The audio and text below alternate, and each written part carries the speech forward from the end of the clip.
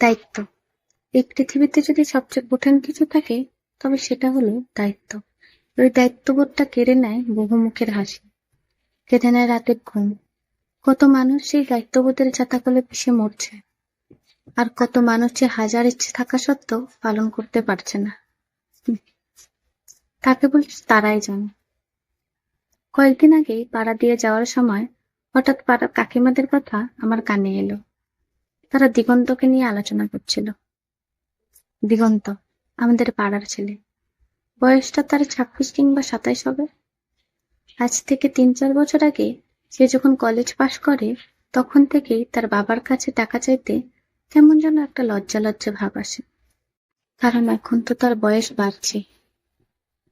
সে ভেবেছিল কলেজ পাশ করেই একটা সরকারি কিংবা বেসরকারি চাকরি সে জুটিয়ে নেবে, কিন্তু সরকারি চাকরি তো দূর, এখন এ যুগে একটি বেসরকারি চাকরি পাওয়াও যেন ভগবান প্রাপ্তির মতো হয়ে গেছে। এদিকে দিন দিন বাড়ছে তার দায়িত্ব।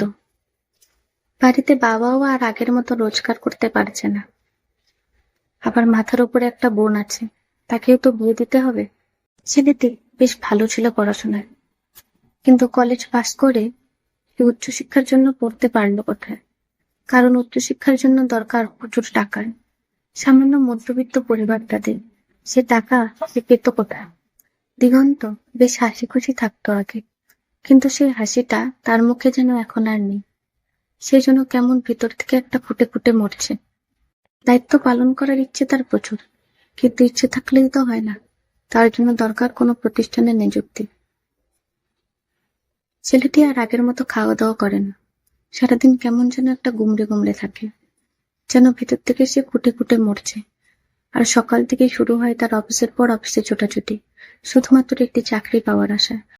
একদিন হঠাৎই যেন হাল ছেড়ে দেয় সে, ভাবে তার দ্বারা হয়তো আর কিছুই হবে না, বেছে নেয় আত্মহত্যার পথ। কিন্তু সে আত্মহত্যার জন্য সে যখন লাইনের পাড়ে যায়, তখন তার বৃদ্ধ মা বাবার ছবিটা তার মুখের সামনে ভেসে ওঠে, তার বুকটা কেঁপে ওঠে। ভাবে সে যদি মরে যায় তবে তার বৃদ্ধ মা বাবার কি হবে। ফলে সে আত্মহত্যাও করতে পারে না, কিন্তু সে তো আর বেঁচে নেই, সে তো কোন কালেই ভেতর থেকে মরে গেছে। কিছুদিন পর তার বন্ধু তাকে একটি কাজের সন্ধান দেয়। খুশির তার যেন সীমা ছিল না। কাজের মাইনেটা খুব ন্যূনতম, তথাপি তার মুখে ছিল এক বিশাল যুদ্ধ জয়ের হাসি। প্রতিটি ছেলেরই ইচ্ছা সে তার পরিবারের দায়িত্ব নেবে, মা বাবার মুখে হাসি ফোটাবে। কিন্তু আজকাল দেশ বা রাজ্যের এমন অবস্থা যে একটি বেসরকারি চাকরি ভগবান প্রাপ্তির মতো হয়ে গেছে।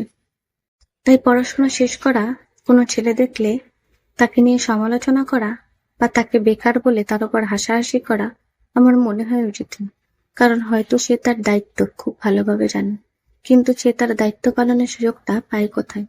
পরিস্থিতি তাকে সেই দায়িত্ব পালনের সুযোগটা দেয় কোথায়?